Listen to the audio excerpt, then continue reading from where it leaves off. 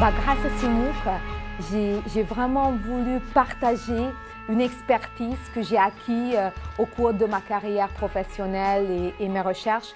J'ai vraiment envie de partager avec le plus grand nombre, avec des personnes venant des horizons différents, des étudiants, mais aussi des professionnels, et aussi, bien sûr, découvrir une nouvelle façon d'enseigner et pour les étudiants, une nouvelle façon d'apprendre et mettre un premier pied dans cette innovation technologique qui est en train de révolutionner notre métier.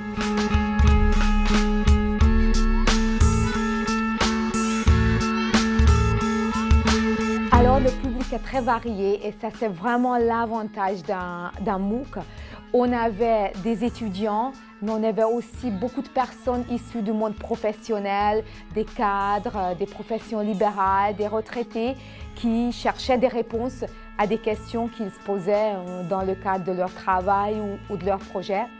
Il y avait aussi une diversité géographique qui était très agréable.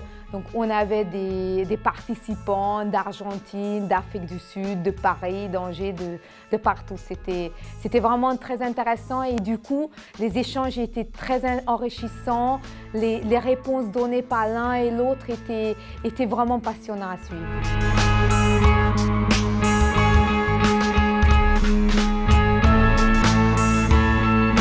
Alors, je pense que quelqu'un qui veut participer, qui veut créer un MOOC, une première conseil, c'est surtout pas sous-estimer l'investissement en termes de temps, d'énergie que demande la préparation.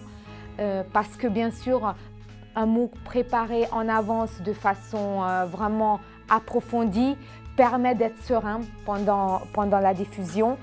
Et un deuxième, contrairement à ce qu'on a l'habitude de faire dans nos cours, là il s'agit d'un vrai travail en équipe.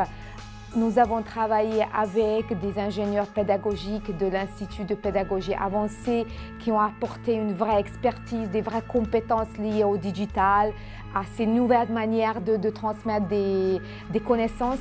Et sans eux, j'aurais jamais réussi, on n'aurait jamais réussi à faire un MOOC qui marche.